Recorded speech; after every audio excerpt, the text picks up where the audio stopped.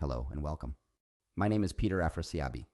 I am an intellectual property litigator at the law firm of One LLP with offices in Newport Beach and Los Angeles, California.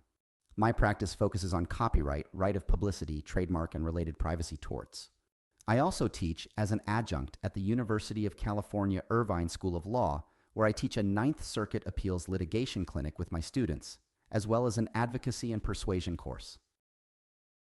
I have taught advocacy at the National Institute of Trial Advocacy and taught advocacy to new barristers at Oxford University in England. But keep in mind, all of the views expressed in this video are mine and mine alone and are not the views of my law firm, the university, or any other academic institution or entity I work with. Today's program is a legal journey into the past to look at one of the most significant Cold War government litigations against labor leader Harry Bridges. The whole story spans a 20-year period with 4 separate lawsuits brought by the government, a staggering legal drama involving immigration deportation trials, criminal prosecutions, and a civil trial, all brought by the government in a relentless bid to prove him to be a Communist Party member and thus deportable. His trials went to the U.S. Supreme Court twice. Each time the Supreme Court reversed. Yet even then, the government continued filing new actions against him, each successively more punitive than the prior ones. How did this happen, and how did the legal system become weaponized by the government? These are questions that today we are discussing in our current legal environment as people argue about the weaponization of the legal system. This topic is the subject of my book, titled Burning Bridges, America's 20-Year Crusade to Deport Labor Leader Harry Bridges. It explores the entire set of trials after going through the thousands, indeed tens of thousands of pages of the 4 trials brought by the government over a 20-year period. The FBI records I received from Freedom of Information Act requests, and other documents from prosecutors' files, and from state and federal archives. In Part 1, we saw a weaponized system within the executive agency courts, and his case went all the way to the U.S. Supreme Court. And in this Part 2, we will explore the federal courts and the pursuit of a criminal prosecution against Harry Bridges for his act of swearing in as a citizen. This program, as Part 2, will let us take a look at another one of his 4 trials, specifically the 3rd trial, where the legal system was in fact weaponized against someone as held by the U.S. Supreme Court. And we can help define the contours of what it means to be weaponized, the hallmarks of such a failed process, and the implications for due process in terms of these holdings and potential significance today in terms of what kind of process courts demand. This time, unlike in Part 1, we are within the judicial branch entirely. But let's first listen to Harry Bridges in an interview with Mike Wallace way back in 1958, several years after the trials. This is a small snippet of the interview to help you understand the factual issue at the center of this entire weaponized system. Converting a man's beliefs into illegal alleged party membership in an organization that advocates the overthrow of the country. Listen to Harry Bridges here. Now to our story. Harry Bridges has been called everything from a messiah of the masses to a menace to our national security. A proud and defiant radical who's been under almost constant investigation by the FBI, Bridges is the head of the West Coast Longshoremen's Union, which was kicked out of the CIO for alleged communist domination.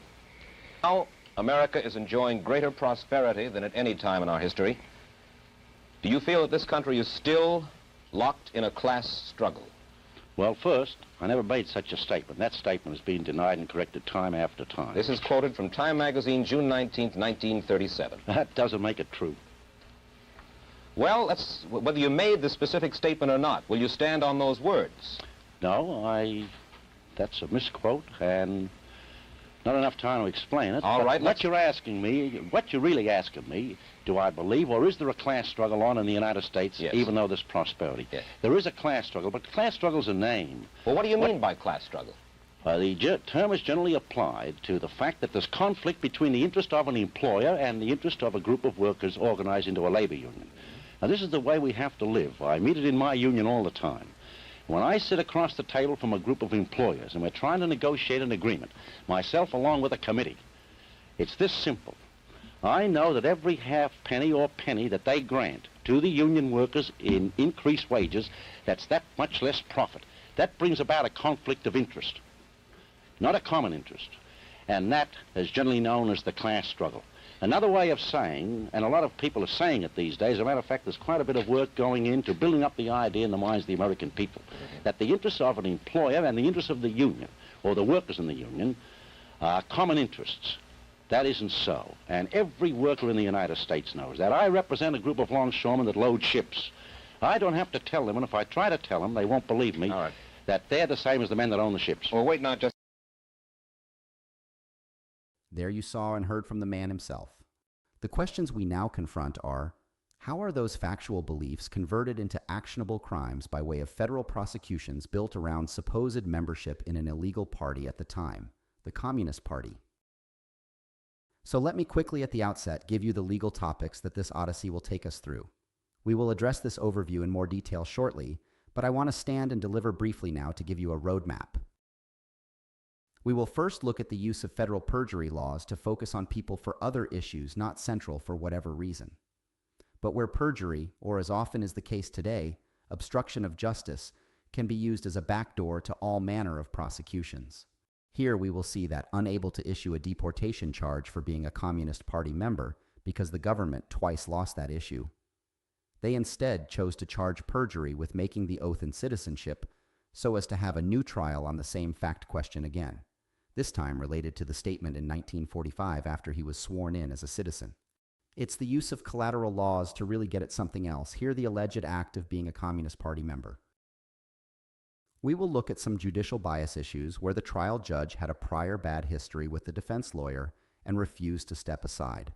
Here we will see a judge who allegedly had pressured the defense lawyer years earlier to concede to a lawsuit filed by the judge's friend.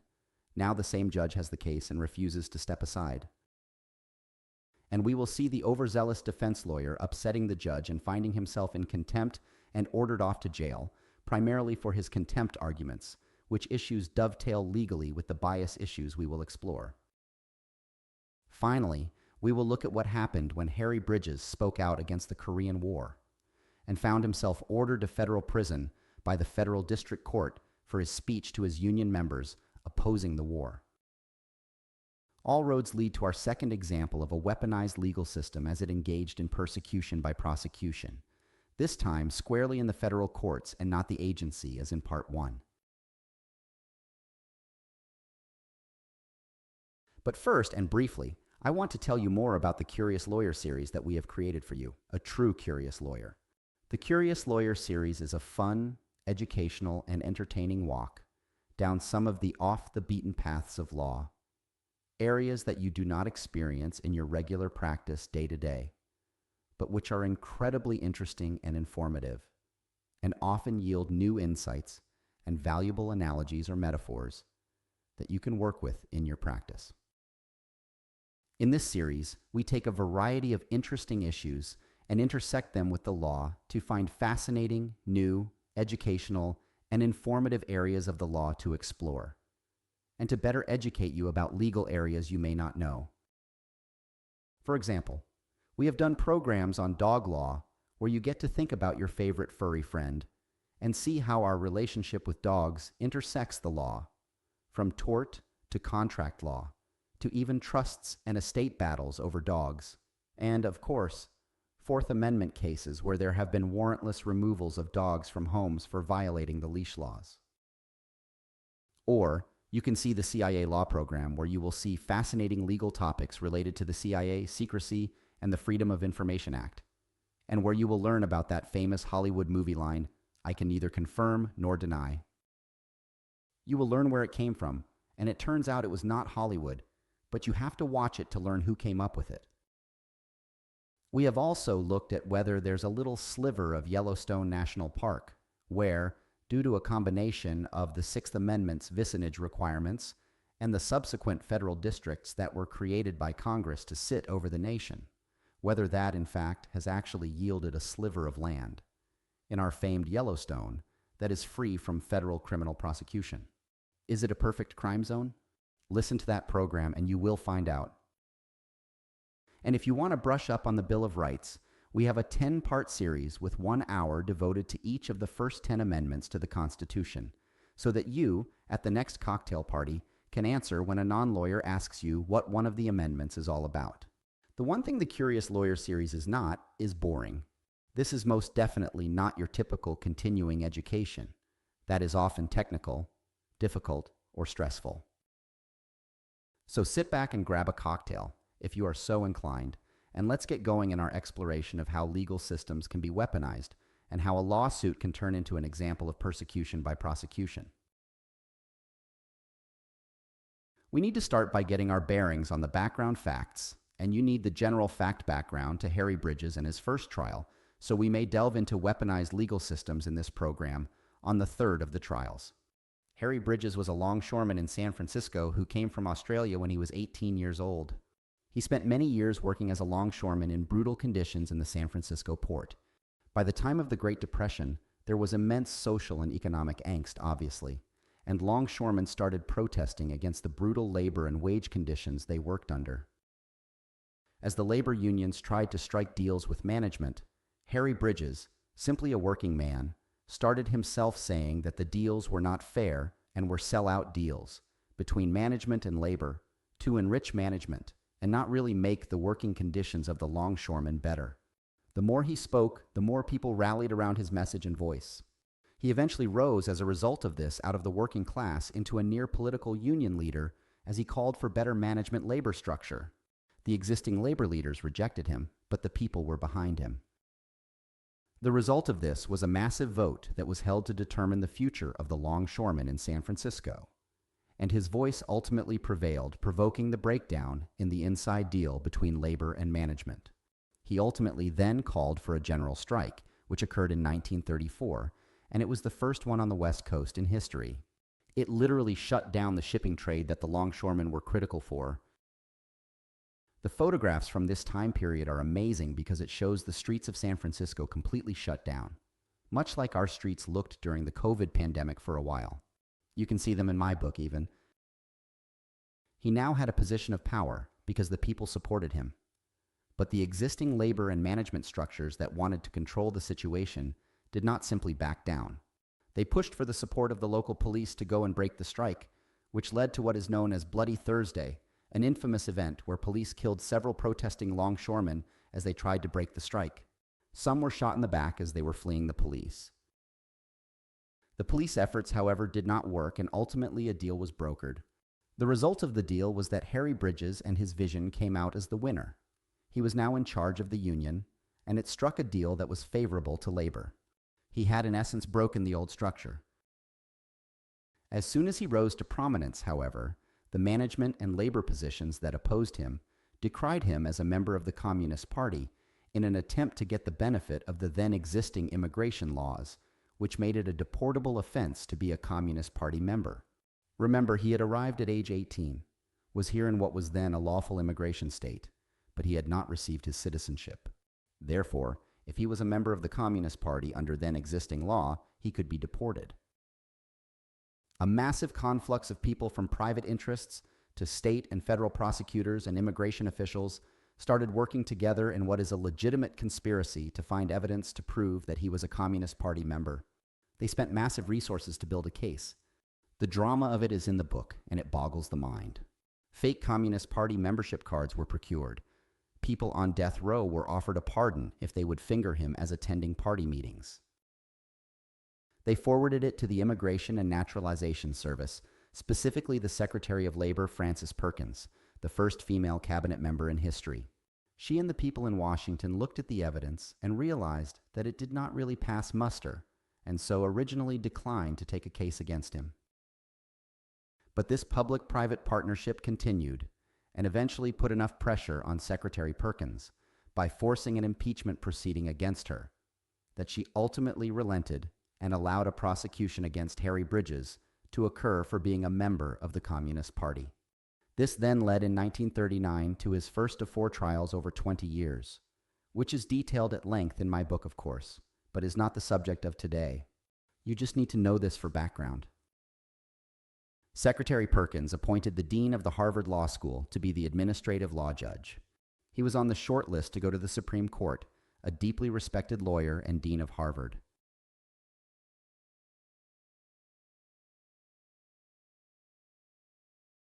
Over many months and thousands of pages of transcripts, all of which I have read from the National Archives, itself an incredible legal archaeological exploration.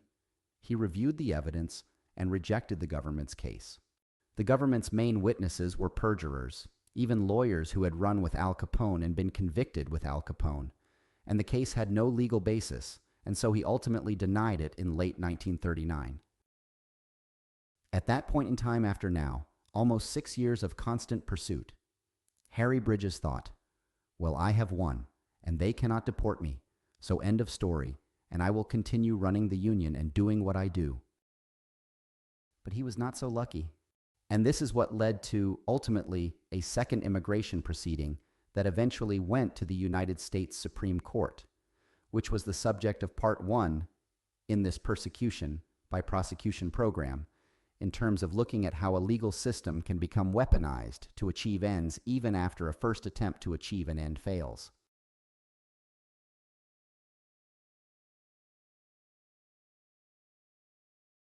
So now, let's do a quick recap of where we were after Part 1 of this series.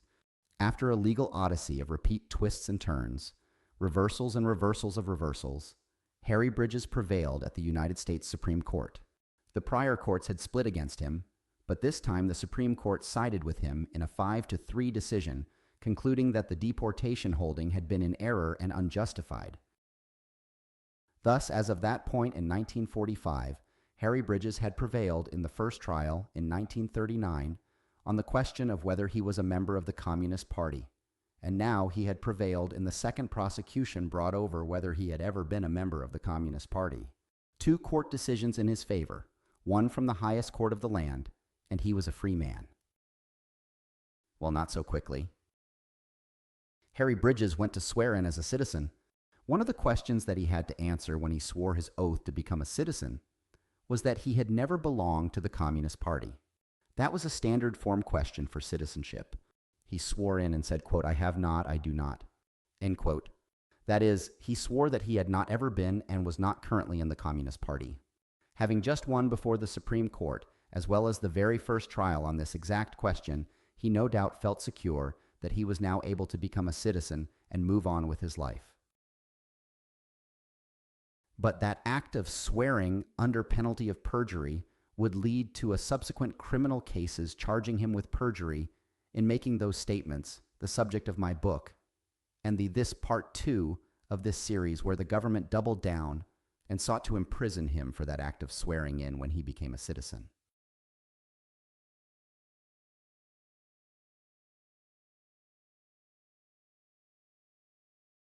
Recall the lasting line from the Supreme Court on the Harry Bridges trials is this, quote, the record in this case will stand forever as a monument to man's intolerance of man.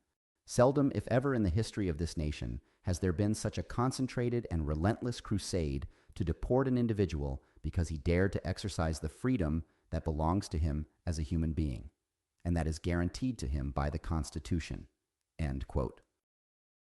This was penned in 1945. And so now we embark on the next chapter where those words did not chill government prosecutorial efforts. If anything, the efforts got more intense as the forum now moves to federal court, federal criminal court. This episode continues to raise the legal question, then, of persecution by prosecution and how different legal rules can be used and applied to convert what is a case into a campaign. With all the talk today and in recent years about politicized prosecutions, it gives us a useful set of historical cases to explore the legal issues, in this episode in federal court alone. And so, the simple act of swearing in as a citizen began a new legal odyssey that would last another several years as Harry Bridges now found himself not just in the grip of an administrative law judge, but in the grip of federal prosecutors and federal judges. So let's get going and explore the federal court side of this equation and see where we can find hallmarks of persecution by prosecution. The Supreme Court's words we just read did not abate the campaign. Instead, once he swore that oath under penalty of perjury, with a friend as a witness, the federal government now found some laws in the U.S. code books to use to yet again litigate the question of whether he was a Communist Party member, this time through the vehicle of perjury. Let's look at the federal perjury statute as applied to immigrants in the 1940s, as well as today's statute. Section 746A of Title 18, then provided that it is a felony for anyone to knowingly make a false statement under oath in a naturalization proceeding. The perjury theory was as follows. Despite winning 2 trials on not being a member of the Communist Party, you really were one, and so when you swore under oath to be a citizen in 1945, you were not. Hence, you perjured yourself, and we will now indict you in federal court in 1949 for federal perjury to send you to prison and, post-prison, deport you. In other words, a third bite at the apple. And it was not just Bridges who was indicted for perjury. The government went after his citizenship witnesses who also attested to his character. Now remember, Harry Bridges swore to be a citizen in 1945, and this charge of criminal perjury was not brought until 1949, over 4 years later. This is important because the statute seemed to have a 3-year statute of limitations. Critically, government internal files that I secured from a Freedom of Information Act request include INS records not recommending a criminal charge. This is where we can probably flag some hallmarks of persecution by prosecution as we trace this weaponized system. First, overly creative theories not used before, and which other members of the federal government did not think were viable. That is certainly a signal to the prosecutors that they are out on a limb. Second, the significant delay as against the alleged crime. The statute of limitations was arguably 3 years, and the government missed it. Third, putting Harry Bridges' friends on trial for his alleged perjury so as to pressure him. Fourth, having failed in civil actions to deport him, raising the stakes to a criminal court to imprison him. Let's also look quickly at today's perjury law, in the same setting as it is substantially the same. Specifically, 18 U.S.C. Section 1621 today reads as follows. Quote, whoever in any declaration, certificate, verification, or statement under penalty of perjury, as permitted under Section 1746 of Title 28, United States Code, willfully subscribes as true any material matter which he does not believe to be true, is guilty of perjury. End quote. The language today is almost identical and attaches broadly to statements made under oath to federal officials in federal proceedings. Let's get back to the Cold War, and all of this now brings us to the indictment and trial.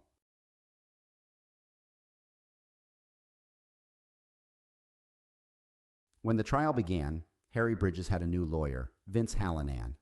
The trial judge was one Judge Harris.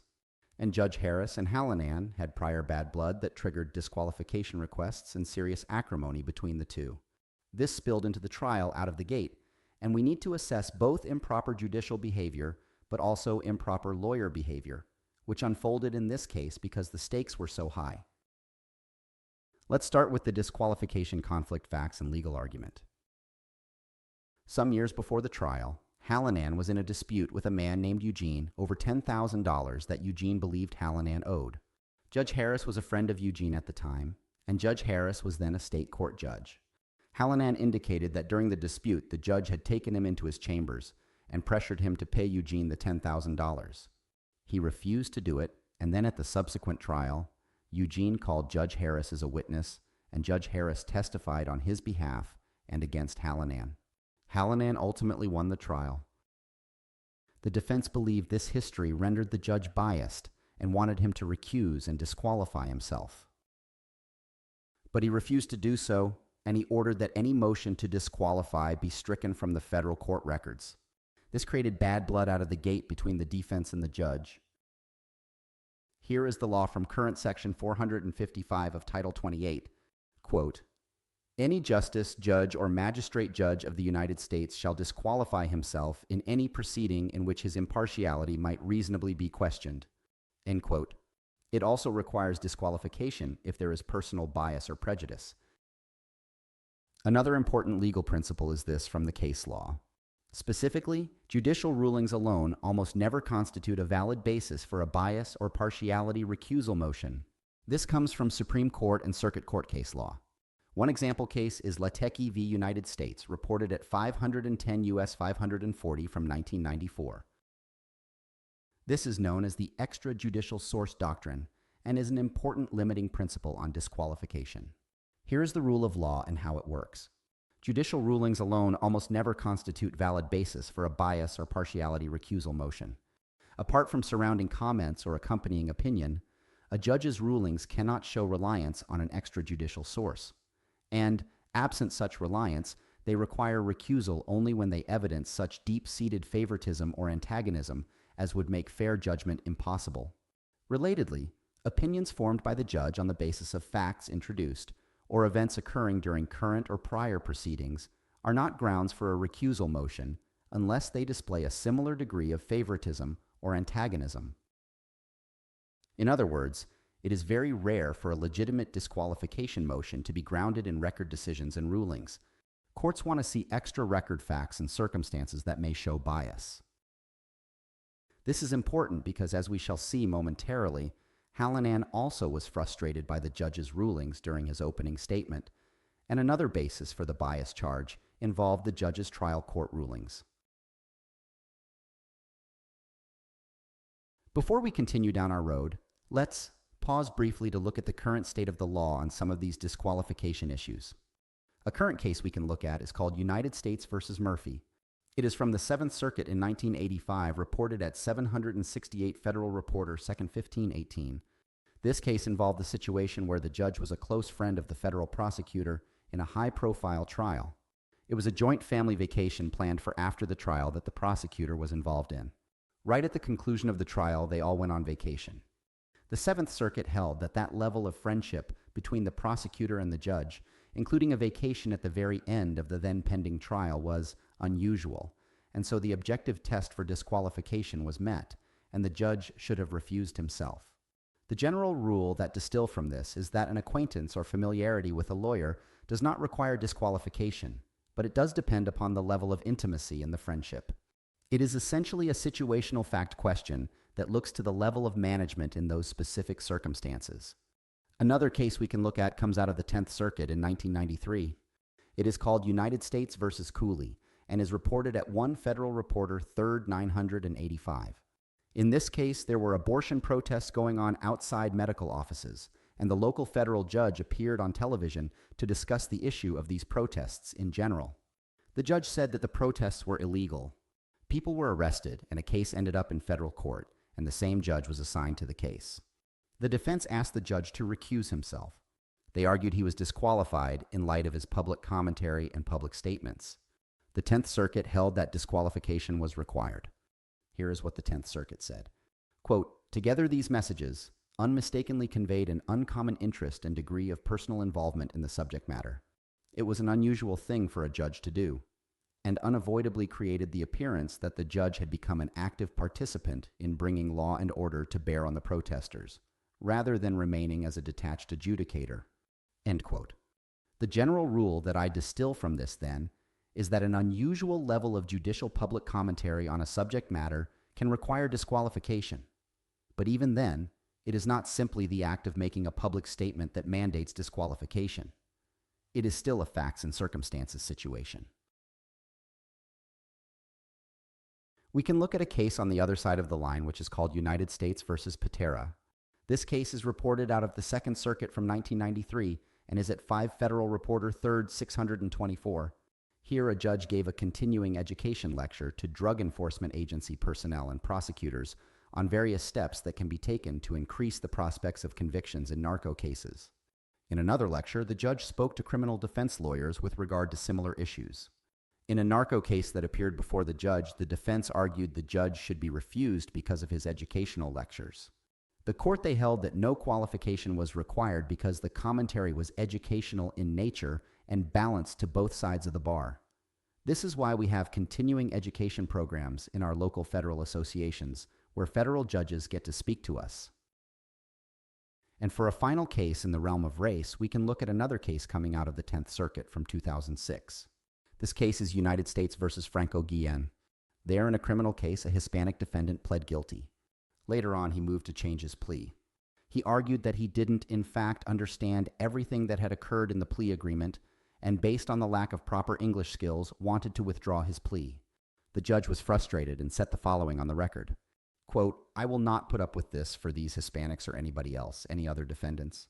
I've got another case involving a Hispanic defendant who came in here and told me that he understood what was going on and that everything was fine, and now I've got a habeas corpus motion from him saying that he cannot speak English."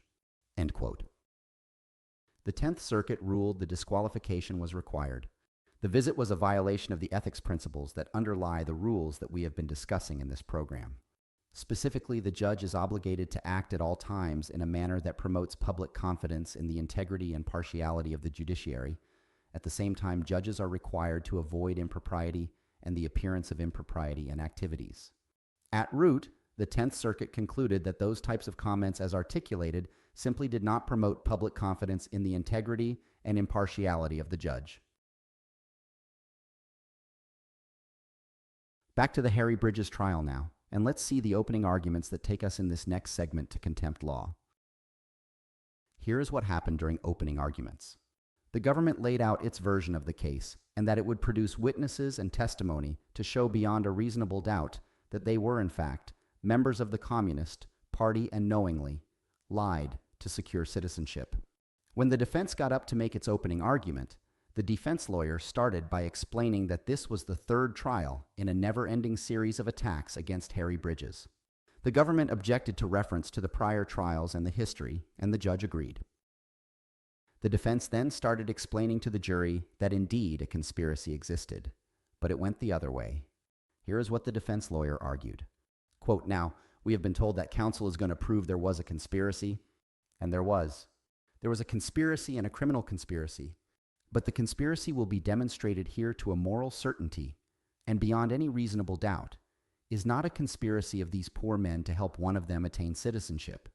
We will show the jury that the witnesses who take the stand one and all are engaged in a mean and criminal and fraudulent and inhumane conspiracy to destroy one man." End quote. In order to prove this counter-conspiracy to frame Harry Bridges, the defense argued they had to go back to the roots of the problem, all the way back to 1934 and the full history. You, the listener, will know that if you've watched part 1 of this program. The government again objected, and the judge sustained the objection again. Here's what the judge said. "I cannot feel at this juncture how this historical narrative, however it may be to all of us, would tend to prove or disprove any of the material allegations in this indictment."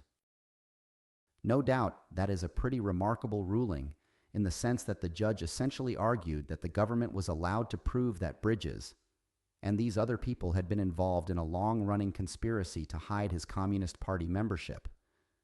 But the defense was not allowed to put on evidence that that issue had been tried repeatedly and rejected by prior courts. In any event, the lawyer was defiant. He continued to argue and explain what the historical facts would show, and this led to more objections, which were sustained.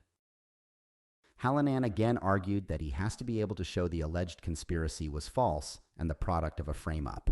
The judge flatly refused and said the following quote, "If such a conspiracy existed, it is one of the most fantastic defenses that I have had presented to me. To say that 125 witnesses have conspired over a period of many, many years is somewhat fantastic." End quote. Hallinan explained that it was not fantastic and was provable in part because the U.S. Supreme Court had already ruled as much. The judge then said, quote, "I am not bound by the assertion, by the pronouncements, nor by the opinion of any member or members of the Supreme Court," end quote. Wow, you heard that right. The next day, Hallinan continued his opening. He explained that the government witnesses were proven liars and full of hatred for Bridges and were men of violence. The government objected. The judge sustained the objection again. The judge kept denying the defense the ability to outline what the lying witnesses would show. He ruled that Hallinan could not, quote, "assassinate in advance every witness who might take the stand," end quote. On the third day, after this rancor in the prior 2 days, things then exploded when the government's first witness was crossed by Hallinan. The first witness was the INS agent that had received the citizenship application and investigated Bridges. On cross, the defense started questioning along the theory that the witness was part of the conspiracy. The judge shut the defense down, saying the conspiracy theory was far-fetched. The defense said, quote, "I say to you that you have no right to make your mind up as to whether a conspiracy of these witnesses exists or does not exist. This is something direct to the jury," end quote. The government then alleged contempt against the defense lawyer. The defense objected and asked it to be stricken as being improper for the jury to hear. The judge refused and stated that given his conduct, contempt, quote, may well eventuate in the situation that counsel refers to, end quote. Before we get to the climax, which takes us to contempt law, let's pause on the law as to how one must handle court objections, as unfair as they indeed were and may be for us. The rule of law is as follows from the United States Supreme Court. Quote, of course, it is the right of counsel for every litigant to press his claim, even if it appears far-fetched and untenable, to obtain the court's considered ruling. Full enjoyment of that right, with due allowance for the heat of controversy, will be protected by appellate courts when infringed by trial courts. But if the ruling is adverse, it is not counsel's right to resist it or to insult the judge. His right is only respectfully to preserve his point for appeal. End quote. That is the case of Sacher v. United States 343 U.S. Reporter 1 at page 9 in 1952.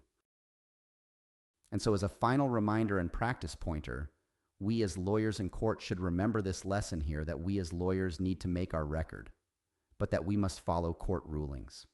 Appeals are the remedy for bad rulings, but flat ignoring them, however unfair the rulings seem, is not the approach we can take as lawyers. This can be really hard in heated cases where emotions run high and the stakes are high, but our job of being proper participants within the rules of law requires us to respect these boundaries, lest we find ourselves facing contempt charges which only further risks hurting our client.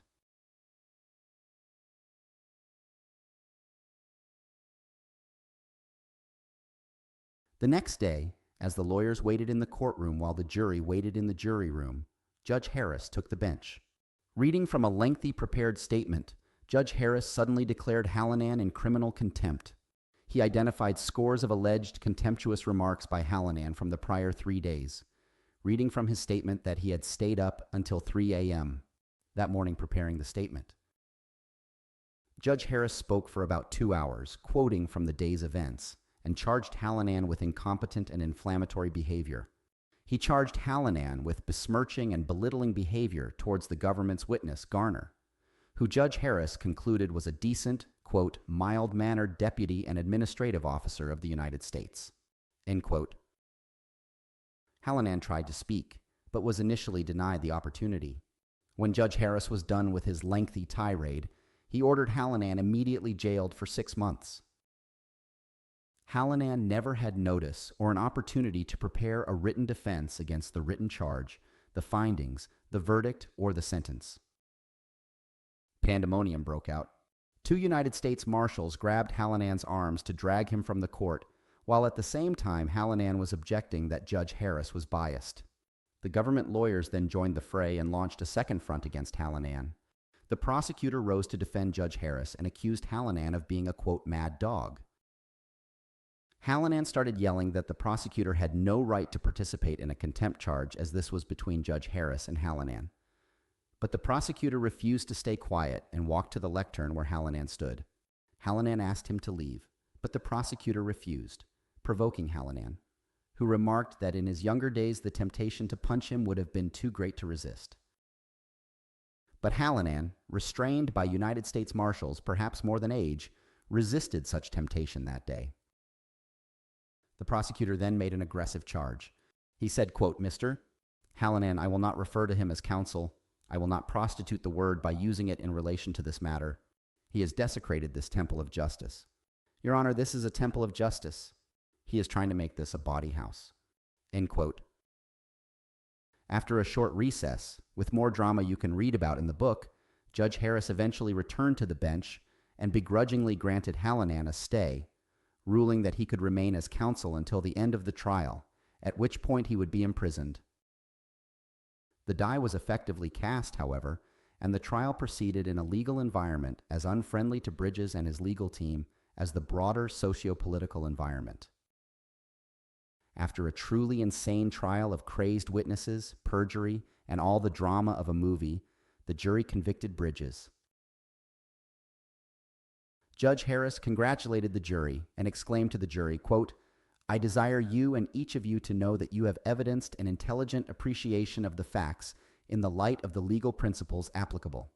You have finally found the golden truth shimmering in the fiery crucibles of this trial, end quote. I'll tell you what ultimately happened to Bridges a bit later after his next set of appeals all the way to the Supreme Court. But as to Hallinan, the judge turned to him and ordered him off to federal prison for 6 months.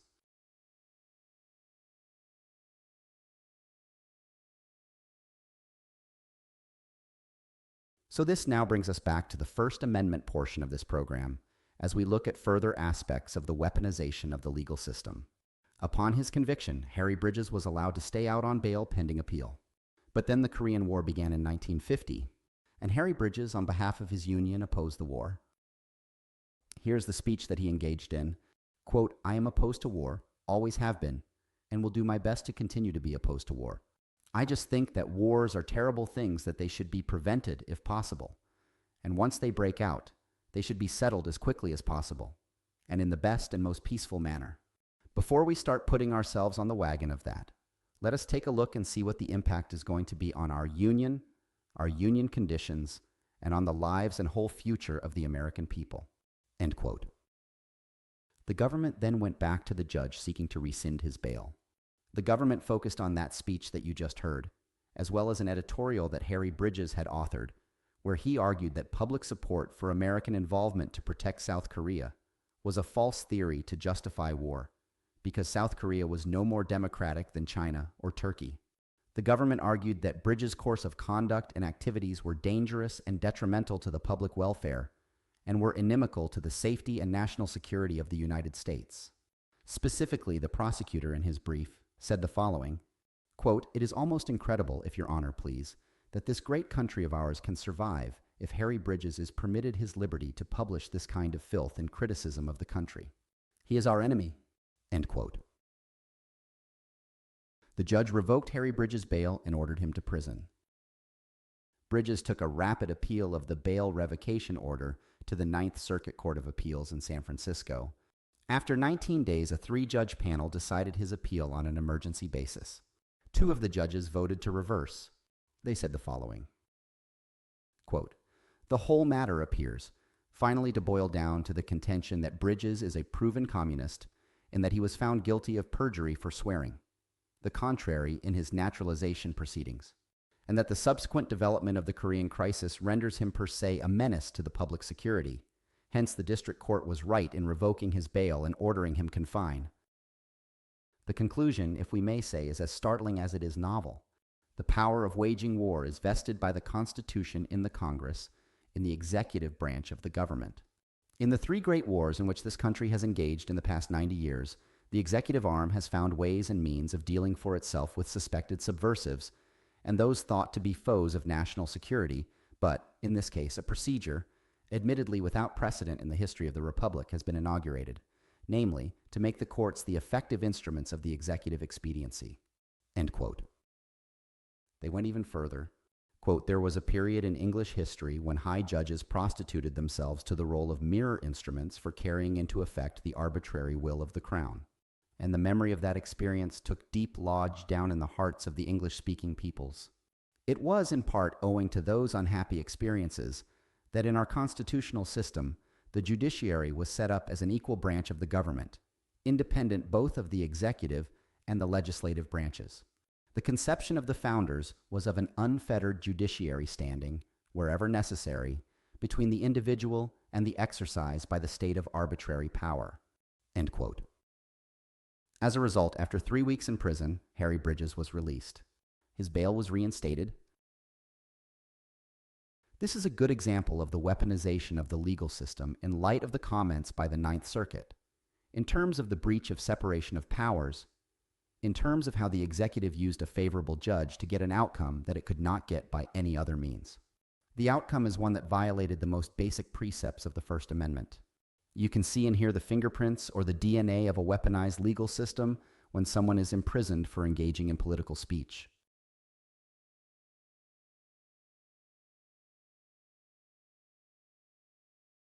Let's pause here and take a look at some important Supreme Court case law on the government's ability to control and compel speech in certain forms. We will look at the case of West Virginia State Board of Education versus Barnett. It is reported at 319 U.S. 624 from 1943. Here are the basic facts. In 1942, the West Virginia Board of Education initiated a rule that required schools to have a salute to the flag by both the teachers and the students as a mandatory part of the public school day's activities. One family, a Jehovah's Witness family, refused to allow their children to perform the salute. They were then sent home from school and punished for failure to comply with the salute requirement. They were also threatened with being sent to reform schools for criminally delinquent children. And at the same time, the parents faced the potential of prosecution for causing juvenile delinquency. The issue the Supreme Court confronted was whether the compulsory salute for public school children violated the First Amendment, or whether it was legitimately within the scope of a public school's ability to control and compel speech. In a split 6-3, the United States Supreme Court held that compelling public school children to salute the flag was unconstitutional. Specifically, the court found that the First Amendment cannot demand unanimity of opinion on topics and national symbols like the flag. Specifically, curtailing or eliminating dissent in society is an improper and ineffective way of actually furthering First Amendment principles. Here is the lasting quote from the case. Quote, "If there is any fixed star in our constitutional constellation, it is that no official, high or petty, can prescribe what shall be orthodox in politics, nationalism, religion, or other matters of opinion or force citizens to confess by word or act their faith therein." End quote. Ultimately, this was the fault line that Harry Bridges was saved on by the Ninth Circuit when they were voting on his bail. One final statement is worth quoting from the Harry Bridges Ninth Circuit appeal, and it's the following statement by the Court of Appeals on the role of the First Amendment in courts in terms of regulating this kind of behavior. Quote, "One further observation and we conclude discussion. It seems to be believed that in this instance the end justifies the means. Perhaps we may be pardoned for doubting whether, even as a practical matter, the end sought will be furthered by the means here employed at the behest of the Department of Justice. A Bridges singled out and jailed by arbitrary judicial action, while he is prosecuting with diligence, his good faith appeal poses, to our minds, a more serious menace to the nation and its institutions than does a Bridges at large on bail, in accordance with established rules of law and the decisions and practice of the courts. In the eyes of large numbers of well-meaning and loyal people without as well as within the ranks of organized labor, even including many of Bridges' fellow Unionists who have heartily disagreed with his policies, he will appear a victim of judicial tyranny, and authentic material for propaganda is supplied for the use of the vociferous critics and implacable foes of our democratic way of life." End quote.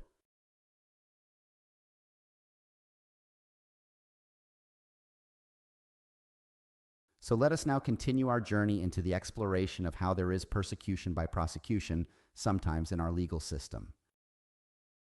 You already know that there were 3 trials now, but what you don't know is what happened after he appealed the conviction in the 3rd trial, and nor do you know what happened in the 4th trial. But don't worry, I am not going to make you buy the book to find out, because we will continue along in our odyssey right now, where you will learn and see more examples of persecution by prosecution in terms of the legal system being misused. The conviction that he experienced after that multi-month trial before Judge Harris was appealed to the Ninth Circuit. It ultimately affirmed the conviction. Harry Bridges then took the appeal up to the United States Supreme Court. Miraculously, the Supreme Court, for the 2nd time, granted his appeal and took the case up. Let's look at what happened at the U.S. Supreme Court when they, for the 2nd time, confronted a government prosecution and proceeding trying to prison and then now deport Harry Bridges. You may remember that when I began the discussion of the 3rd trial, I mentioned that Harry Bridges had made a statute of limitations defense, arguing that the 3-year statute of limitations have been missed because he swore in as a citizen in 1945, and the indictment was not brought until 1950. That motion was denied by the trial court, but that was the issue he took to the United States Supreme Court. The lower court had denied his motion, arguing that the statutes of limitation were tolled because of a pending wartime suspension of Limitations Act that had gone into effect during World War II. But the United States Supreme Court held that any suspension in that Limitations Act only applied to offenses where fraud was perpetrated against the government in a form of pecuniary or financial nature or relating to real property. Although that is what the language had said, the lower courts engrafted onto general fraud to seek the benefit of citizenship. And this is where the United States Supreme Court disagreed and held that the language of the statute was clear and simply did not apply to the criminal conspiracy claim based upon perjury. Here is what the United States Supreme Court held. Quote, "The simplest demonstration of this point appears in count 2. The offense there charged is that Bridges knowingly made a false material statement in a naturalization proceeding. In that offense, as in the comparable offense of perjury, fraud is not an essential ingredient. The offense is complete without proof of fraud, although fraud often accompanies it. The above-cited cases show that even though the offense may be committed in a pecuniary transaction involving a financial loss to the government, that fact alone is not enough to suspend the running of the 3-year statute of limitations. Under the doctrine of these cases, the suspension does not apply to the offense charged unless, under the statute creating the offense, fraud is an essential ingredient of it. The purpose of the Wartime Suspension of Limitations Act is not that of generally suspending the 3-year statute, for example, in cases of perjury, larceny, and like crimes. It seeks to suspend the running of it only where fraud against the government is an essential ingredient of the crime. In view of the opportunity to commit such frauds in time of war, and in view of the difficulty of their prompt discovery and prosecution, the government seeks extra time to deal with them. Nothing in Section 346(a)(1) makes fraud an essential ingredient of the offense of making a false material statement under oath in a naturalization proceeding." End quote. And so that ended the third case against Henry Bridges, with another decisive loss for the United States government. At this point, you would think that the saga was over. But there was one more card. The government had the theoretical ability to play, and indeed ultimately decided to play. This brings us now to the fourth trial, if you can believe it. And the fourth trial was a similar action to the federal criminal action, but this time was brought in federal civil court, arguing for the civil remedy of the naturalization so that he could be deported. The theory of the case was similar to the criminal, one in terms of committing perjury while seeking citizenship. And because this was now being brought as a civil claim instead of a criminal claim, the case was allowed to proceed in federal district court in San Francisco. Now let us take a look at the final case in this 20-year saga.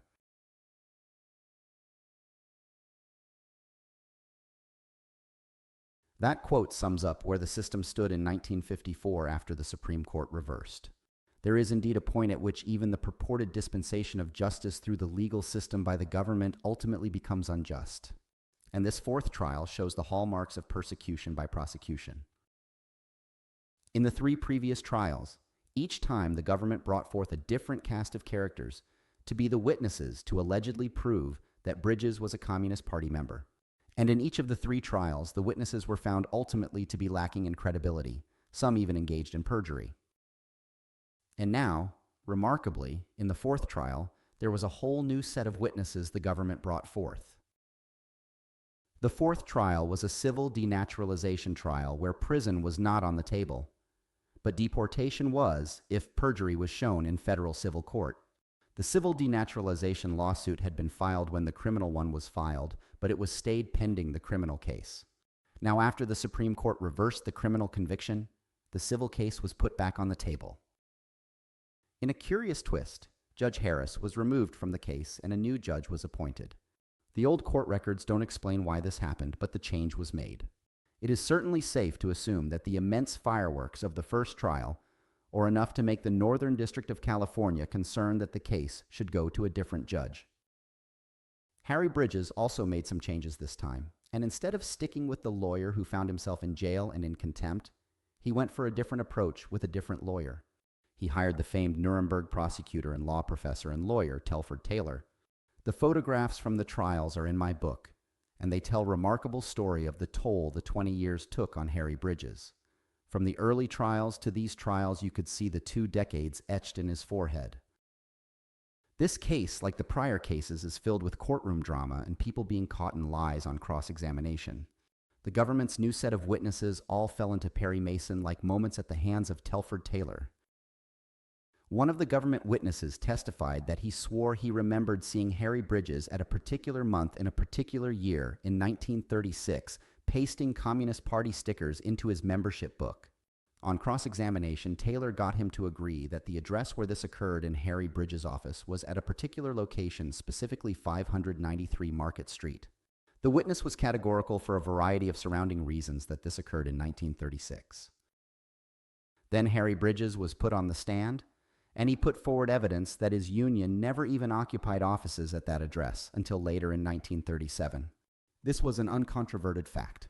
In all, there were dozens of witnesses in this fourth trial again, which lasted 6 weeks and finally ended in July 1955. Taylor also offered a different approach in closing argument to focus in on the problems with a persecution by prosecution campaign. As a famed Nuremberg criminal prosecutor of Nazi criminals, he had a certain gravitas about his theme and plea used at trial. In his closing, he said, quote, "I myself had some opportunity to see in Germany the remains of a society in which the judges failed the courts, a society in which judges wrote opinions and became glued to the path of least resistance." End quote.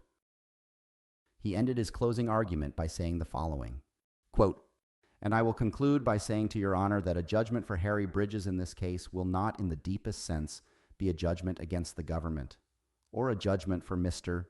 Bridges, or a judgment for or against anybody touched by this controversy. It will be a judgment that the law abides here, and that's all the justification it will need." End quote. A week later, the judge read his opinion from the bench. He said, quote, "The government has proved by clear and convincing evidence that the Communist Party is an organization that, at the times here involved, advised, advocated, and taught the overthrow by force and violence of the government of the United States." End quote. But he continued, quote, "Whether it has so proved that Bridges was in fact a member of the party is a far different question." End quote. He proceeded in a lengthy written opinion to castigate the government witnesses as liars and perjurers. Ultimately, he said as a direct quote that the inherent infirmity of the government's case lies in its own evidence. And at the end of the trial, the judge obliquely referenced the impropriety of the first judge, that was Judge Harris, who had, as the Ninth Circuit had concluded, prostrated himself to the executive and abdicated his duty to justice.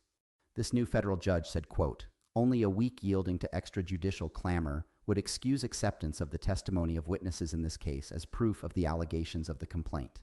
End quote. 20 years a deportee in endless immigration, criminal and civil proceedings, along with trips to jail along the way, Harry Bridges was finally and forever an American citizen.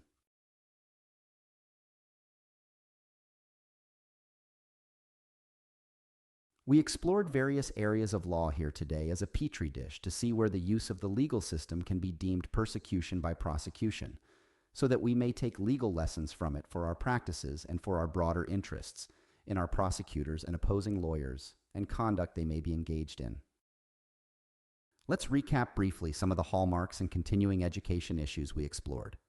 First, seeking multiple bites at the same apple even when you have tried and failed. This sounds simple, but we all know and have seen in our practices that even small civil disputes can take on, due to rancor and ill will, this kind of approach. This we can avoid as lawyers. 2, the use of witnesses who are dubious and open to perjury, or such a lack of credibility that on the front end, the lawyer should have paused and questioned the viability of the whole enterprise.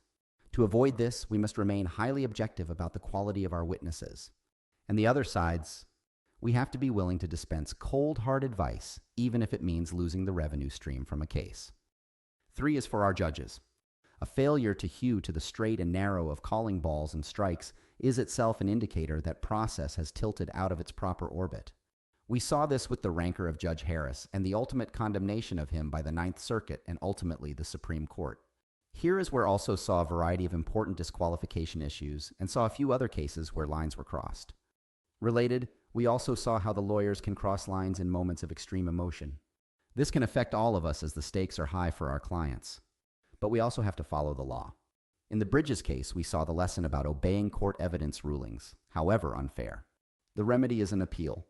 And remember, the lawyer ended up in jail for his behavior. And fourth and finally, the very act of finding some law on the books and bending and twisting it to fit an arguable fact pattern. This is where our prosecutors need, while exercising their discretion, to keep a strict alignment to justice as opposed to just winning. We saw this in the very use of perjury to retry what Harry Bridges had already won, and in the twisting of the First Amendment to punish him for his speech.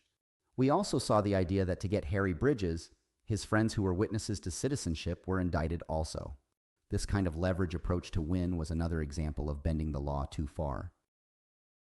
Thank you for listening today, and if you want to really see the immense courtroom drama, the Perry Mason moments, the ups and downs and sheer terror of how in the details one man can spend over 20 years fighting for his American life, then please read my book. It is called Burning Bridges, America's 20-year crusade to deport labor leader Harry Bridges. You can find it on Amazon. As always, if you have questions, please email me. Thank you for watching today.